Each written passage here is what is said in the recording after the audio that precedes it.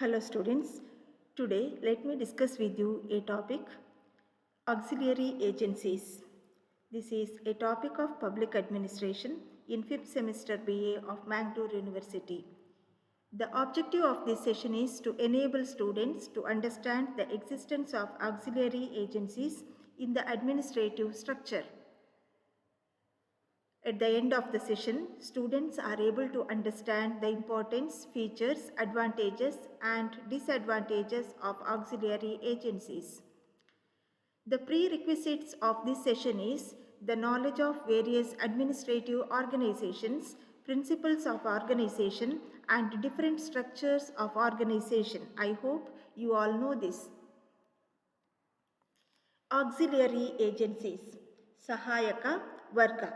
The auxiliary staff consists of officers or units which perform certain duties and functions common to the various administrative departments but which are incidental in character. Willoughby calls them institutional or housekeeping activities. L.D. White prefers to use the term auxiliary services. The auxiliary agencies are special agencies that provide the housekeeping services common to all operations of other agencies. The auxiliary activities include such functions as purchasing and providing supplies, recruiting personnel, budget making, account keeping, etc. These common services are meant to support and facilitate the administrative activities carried on by the various line agencies. The auxiliary agencies have grown up in recent times. It must be noted that auxiliary activities have not acquired its common accepted terminology. Different writers have given different names to these agencies. Willoughby called them institutional or housekeeping activities. Gowes called them auxiliary technical staff services. L.D. White called them auxiliary services.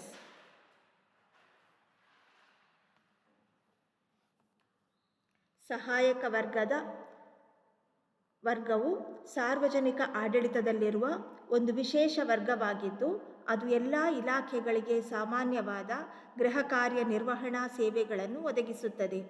ಇಂತಹ ಸಹಾಯಕ ಕೆಲಸಗಳಲ್ಲಿ ಖರೀದಿ, ಮಾರಾಟ, ಸಿಬ್ಬಂದಿ ನೇಮಕಾತಿ, ಆಯವ್ಯಯ ತಯಾರಿ, ಲೆಕ್ಕಪತ್ರ ನಿರ್ವಹಣೆ ಮುಂತಾದವುಗಳು ಸೇರಿವೆ.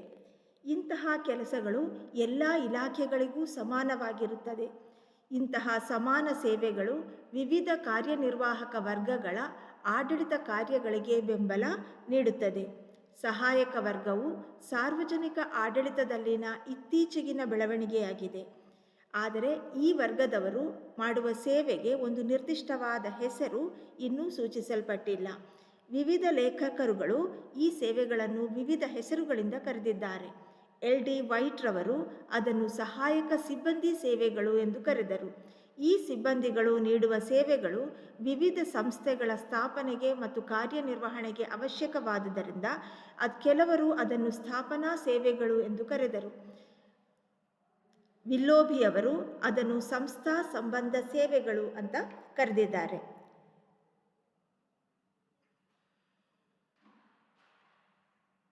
Now, the features of auxiliary agencies. Auxiliary agencies are the agencies which serve the line agencies rather than the public. They perform functions common to all departments.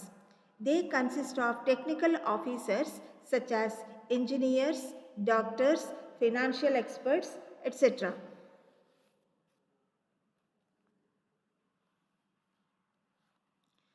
Auxiliary agencies are usually independent of the major line departments. They work directly under the officers appointed by the chief executive.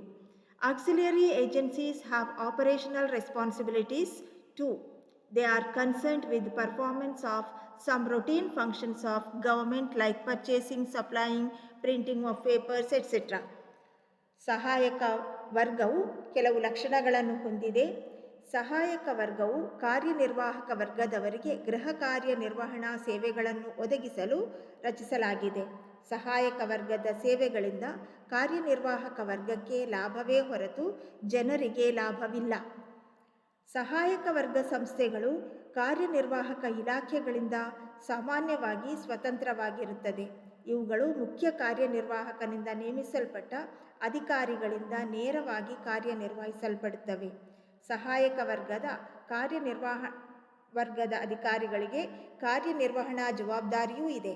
ಅವುಗಳು ಸರ್ಕಾರದ ಕೆಲವು ದೈನಂದಿನ ಕೆಲಸಗಳಾದ ಸರಬರಾಜು, ಮಾರಾಟ, ಮುದ್ರಣ ಮುಂತಾದವುಗಳನ್ನು ಮಾಡ್ತವೆ. Now let us observe the functions of auxiliary agencies. To establish and operate a system for recruitment of its personnel. It performs the work entitled in contracting, purchasing, storing and issue of supplies. It contains a system for keeping accounts. It helps line departments, not the people. ಇಲಾಖೆಯ ಸಿಬ್ಬಂದಿ ನೇಮಕಾತಿಗೆ ಅವಶ್ಯಕ ವ್ಯವಸ್ಥೆಯನ್ನು ಕಲ್ಪಿಸುತ್ತದೆ. ಸಹಾಯಕ ವರ್ಗದ ಕಾರ್ಯಗಳಲ್ಲಿ ಪ್ರಮುಖವಾಗಿ ಅದು ಇಲಾಖೆಯ ಸಿಬ್ಬಂದಿ ನೇಮಕಾತಿಗೆ ಅವಶ್ಯಕ ವ್ಯವಸ್ಥೆಯನ್ನು ಕಲ್ಪಿಸುತ್ತದೆ. ಸರಕಾರದ ದೈನಂದಿನ ಕೆಲಸಗಳಾದ ಖರೀದಿ, ಸರಬರಾಜು, ಮಾರಾಟ, ಮುದ್ರಣ, ಸಿಬ್ಬಂದಿ ನೇಮಕ, ತರಬೇತಿ ಮುಂತಾದವುಗಳ ನಿರ್ವಹಣೆಯನ್ನು ಮಾಡುತ್ತದೆ. ಲೆಕ್ಕಪತ್ರಗಳ ನಿರ್ವಹಣೆಗೆ ಬೇಕಾದ ವ್ಯವಸ್ಥೆಯನ್ನು ಕಲ್ಪಿಸುತ್ತದೆ. ಸಹಾಯಕ ವರ್ಗವು ಕಾರ್ಯನಿರ್ವಾಹಕ ವರ್ಗಕ್ಕೆ ಸಹಾಯವನ್ನು ಮಾಡುತ್ತದೆ, ಆದರೆ ಸಾರ್ವಜನಿಕರಿಗೆ ಅಲ್ಲ, ಜನರ ಸೇವೆ ಅಲ್ಲ. Now let us see the advantages of auxiliary agencies. The housekeeping services common to all operating agencies can be more efficiently conducted if they are concentrated in one agency. Centralization of auxiliary services eliminates duplication of work in different departments, so it secures economy in administration. It relieves the burden of administrative departments for these services, and thus they will be able to pay full attention to their main duties. This system will ensure specialization of functions and placing them into the hands of experts, so it results in efficiency. ಸಹಾಯಕ ವರ್ಗದ ಕಾರ್ಯಗಳನ್ನು ಪ್ರತ್ಯೇಕವಾಗಿ ಸಂಘಟಿಸಿರುವುದರಿಂದ ಅದು ಕೆಲವು ಲಾಭಗಳನ್ನು ಹೊಂದಿದೆ. ಎಲ್ಲ ಇಲಾಖೆಗಳಿಗೂ ಸಮಾನವಾದ ಗೃಹ ಕಾರ್ಯ ನಿರ್ವಹಣಾ ಕಾರ್ಯಗಳು ಒಂದೇ ಸಂಸ್ಥೆಯ ಅಡಿಯಲ್ಲಿ ಕೇಂದ್ರೀಕೃತವಾದರೆ ಅವುಗಳು ಹೆಚ್ಚು ದಕ್ಷವಾಗಿ ಅನುಷ್ಠಾನಗೊಳ್ಳಬಹುದು. ಸಹಾಯಕ ಕಾರ್ಯಗಳು ಒಂದೆಡೆ ಕೇಂದ್ರೀಕೃತವಾಗಿರುವುದರಿಂದ ವಿವಿಧ ಇಲಾಖೆಗಳಲ್ಲಿ ಕೆಲಸಗಳ ಪುನರಾವರ್ತನೆಯನ್ನು ತಡೆಯಬಹುದು. ಇದರಿಂದ ಇಲಾಖೆಗಳಲ್ಲಿ ಮಿತವ್ಯಯವು ಸಾಧಿಸಲ್ಪಡುತ್ತದೆ. ಅವುಗಳು ಸಹಾಯಕ ಸೇವೆಗಳಿಗೆ ಸಂಬಂಧಿಸಿದಂತೆ ಆಡಳಿತ ಇಲಾಖೆಗಳ ಭಾರವನ್ನು ಕಡಿಮೆ ಮಾಡುತ್ತದೆ. ಇದರಿಂದ ಇಲಾಖೆಗಳು ತಮ್ಮ ಹೆಚ್ಚಿನ ವೇಳೆ ಮತ್ತು ಗಮನವನ್ನು ತಮ್ಮ ಪ್ರಧಾನ ಕರ್ತವ್ಯಗಳಿಗೆ ನೀಡಬಹುದು. ಈ ವ್ಯವಸ್ಥೆಯು ಕೆಲವು ಕೆಲಸಗಳನ್ನು ತಜ್ಞರಿಗೆ ನೀಡುವುದರಿಂದ ವಿಶೇಷ ಪರಿಜ್ಞಾನದ ಕೆಲಸಗಳು ನಿರ್ವಹಿಸಲ್ಪಡುತ್ತದೆ. ಇದರಿಂದ ಆಡಳಿತದ ದಕ್ಷತೆ ಹೆಚ್ಚಾಗುತ್ತದೆ. ಈ ದೃಷ್ಟಿಯಿಂದ ಸಹಾಯಕ ವರ್ಗವು ಮತ್ತಷ್ಟು ಪ್ರಾಮುಖ್ಯತೆಯನ್ನು ಪಡೆಯುತ್ತದೆ. Now let us discuss the defects of auxiliary agencies. The establishment of auxiliary agencies tear the department away. This results in weakening the line agencies. Auxiliary agencies may encroach upon the responsibility of line agencies. The separation of auxiliary functions from the parent department tends to complicate the organization and create additional points and friction in the administrative machinery. Sometimes undue delay results in getting the required services or goods on account of long negotiations with the auxiliary agencies. ಸಹಾಯಕ ವರ್ಗದ ಕಾರ್ಯಗಳಿಂದ ಅವಗುಣಗಳು, ಸಂಘಟನೆಯಲ್ಲಿ ಏನು ಅವಗುಣಗಳಿವೆ ಎನ್ನುವುದನ್ನು ಗಮನಿಸೋಣ. ಸಹಾಯಕ ವರ್ಗಗಳನ್ನು ಸ್ಥಾಪಿಸಲು ಇಲಾಖೆಗಳನ್ನು ವಿಭಜನೆ ಮಾಡಬೇಕಾಗ್ತದೆ. ಇದರಿಂದ ಕಾರ್ಯನಿರ್ವಾಹಕ ವರ್ಗಗಳ ಜವಾಬ್ದಾರಿ ದುರ್ಬಲವಾಗುತ್ತದೆ. ಸಹಾಯಕ ವರ್ಗ ಕಾರ್ಯನಿರ್ವಾಹಕ ವರ್ಗಗಳ ಜವಾಬ್ದಾರಿಯನ್ನು ಅತಿಕ್ರಮಿಸಬಹುದು. ಇದರಿಂದ ಅವುಗಳ ನಡುವೆ ಘರ್ಷಣೆ ಏರ್ಪಡಬಹುದು. ಸಹಾಯಕ ವರ್ಗಗಳ ಕಾರ್ಯಗಳನ್ನು ಮಾತ್ರ ಇಲಾಖೆಯಿಂದ ಬೇರ್ಪಡಿಸಿದರೆ ಇಲಾಖೆಗಳಲ್ಲಿ ತೊಡಕು ಉಂಟಾಗುತ್ತದೆ. ಇದು ಒಡಕಿಗೂ ಕಾರಣವಾಗುತ್ತದೆ. ಕೆಲವು ವೇಳೆ ಇಲಾಖೆಗಳಿಗೆ ಬೇಕಾದ ವಸ್ತುಗಳು ಮತ್ತು ಸೇವೆಗಳು ಸಮಯಕ್ಕೆ ಸರಿಯಾಗಿ ಸಿಗದೆ ಹೋದರೆ ಆಡಳಿತ ಕಾರ್ಯದಲ್ಲಿ ಅನಾವಶ್ಯಕ ವಿಳಂಬ ಉಂಟಾಗುತ್ತದೆ. ಹೀಗೆ ಸಹಾಯಕ ವರ್ಗಗಳ ಗುಣ ಅವಗುಣಗಳನ್ನು ನಾವು ಪರಿಶೀಲನೆ ಮಾಡಿದಾಗ ಅವುಗಳು ದೊಡ್ಡ ಮಟ್ಟದ ಸಂಸ್ಥೆಗಳಿಗೆ ಪ್ರಯೋಜನವಾಗಬಹುದೇ ವಿನಃ ಸಣ್ಣ ಮಟ್ಟದ ಸಂಸ್ಥೆಗಳಿಗೆ ಯಾವುದೇ ಪ್ರಯೋಜನವಾಗುವುದಿಲ್ಲ ಎನ್ನುವುದನ್ನು ತಿಳಿಯಬಹುದು.